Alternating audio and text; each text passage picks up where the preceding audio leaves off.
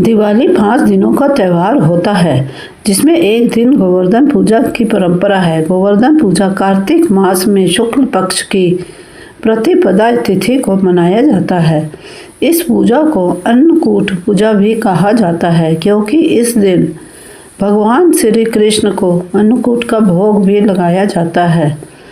इस दिन लोग अपने आंगन में गाय के गोबर से गोवर्धन पर्वत और पशुधन की आकृति बनाते हैं और विधि विधान के साथ पूजा करते हैं। गोवर्धन पूजा विशेष तौर पर प्रकृति के प्रति कृतज्ञता व्यक्त करने के लिए ही मनाया जाता है। हर एक त्यौहार के पीछे इस पूजा के पीछे की भी एक कथा है जो कि द्वापर युग से जुड़ी हुई है। गोवर्धन पूजा के पीछे की प्राचीन कथा इस प्रकार है कि एक बार भगवान इंद्रदेव अभिमानित हो जाते हैं।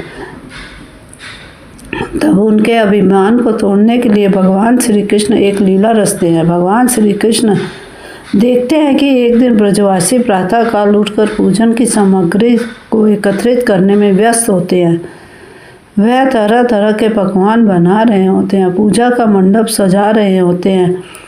भगवान श्री कृष्ण को समझ नहीं आया कि ब्रजवासी यह सब क्यों कर रहे हैं। तब वे अपनी माँ यशोदा के पास आते हैं और पूछते हैं, मैया आज सभी लोग किसके पूजन की तैयारी कर रहे हैं।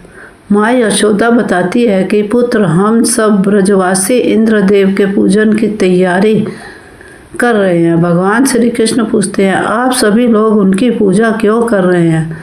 यशोदा माँ कहती है कि भगवान इंद्रदेव वर्षा के देवता हैं, उन्हीं के कारण बारिश होती है और अन्न की पैदावारी होती है। अन्न की पैदावार अच्छी होने से हमारे गायों को भी चारा प्राप्त होता है। इस तरह इंद्रदेव के कारण ही हम सभी का जीवन अस्तित्व में है।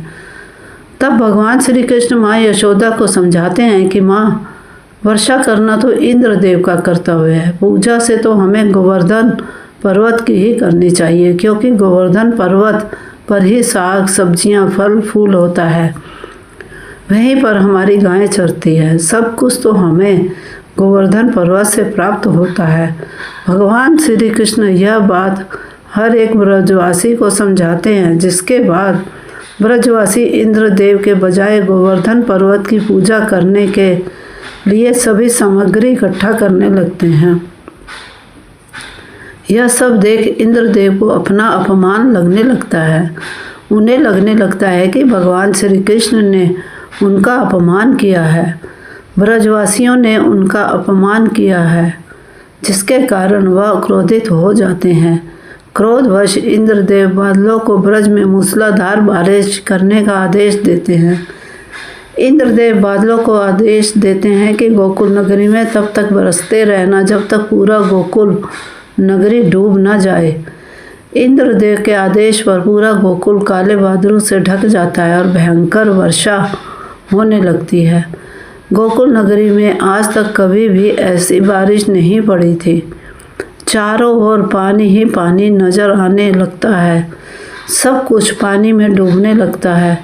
तब गोकुलवासी घबराकर भगवान श्री कृष्ण के पास पहुंचते हैं और कहते हैं कि हमने तुम्हारे कहने पर ही गोवर्धन पर्वत की पूजा करना शुरू किया। देखो इंद्रदेव हमसे क्रोधित हो उठे और इतनी मूसलाधार बारिश हो रही है। इस मूसलाधार बारिश में हम और हमारे पशु कैसे जीवित रहेंगे।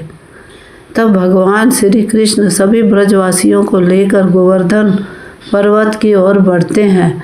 सभी ब्रजवासी भगवान श्री कृष्ण के पीछे पीछे गोवर्धन पर्वत तक पहुँचते हैं।